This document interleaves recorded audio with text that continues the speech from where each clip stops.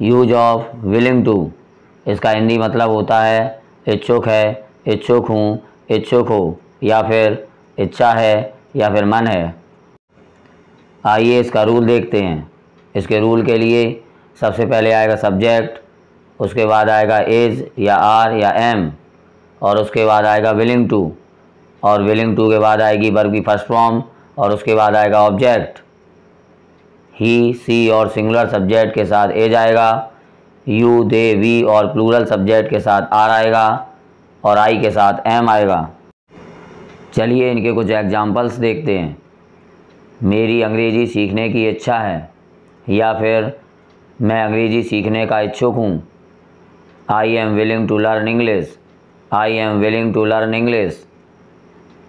मेरी दिल्ली जाने की इच्छा है, या फिर मेरा दिल्ली जाने का मन है, या फिर मैं दिल्ली जाने का इच्छुक हूँ। I am willing to go to Delhi, I am willing to go to Delhi. वह यहाँ आने के लिए इच्छुक है, या फिर वह यहाँ आने को इच्छुक है, या फिर उसका यहाँ आने का मन है। He is willing to come here, he is willing to come here. उसकी तुमसे बात करने की इच्छा है। He is willing to talk to you, he is willing to talk to you. मेरी वहाँ काम करने की इच्छा है, या फिर मैं वहाँ काम करने को इच्छुक हूँ।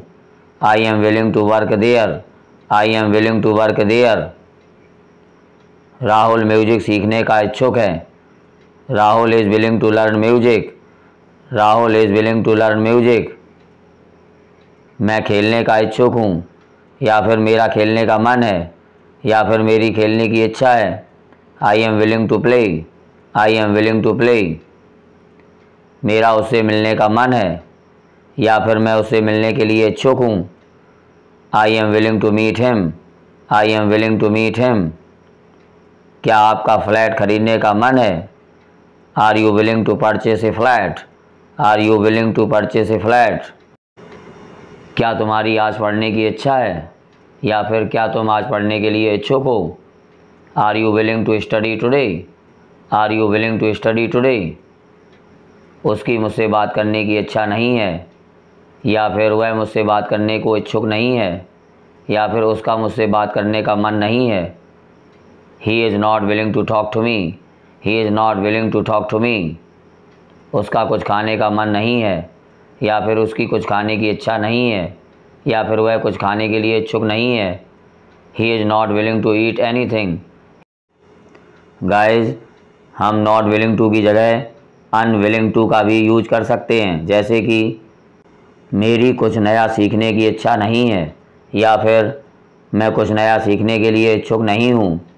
I am not willing to learn anything new, I am not willing to learn anything new. या फिर I am unwilling to learn anything new, I am unwilling to learn anything new. Friends, अगर हमें बोलना हो इच्छुक था, इच्छुक थी, इच्छुक थे, या फिर इच्छा थी या फिर मन था, तब हम वॉज या वर प्लस विलिंग टू का यूज करते हैं। आइए इसका भी रूल देख लेते हैं।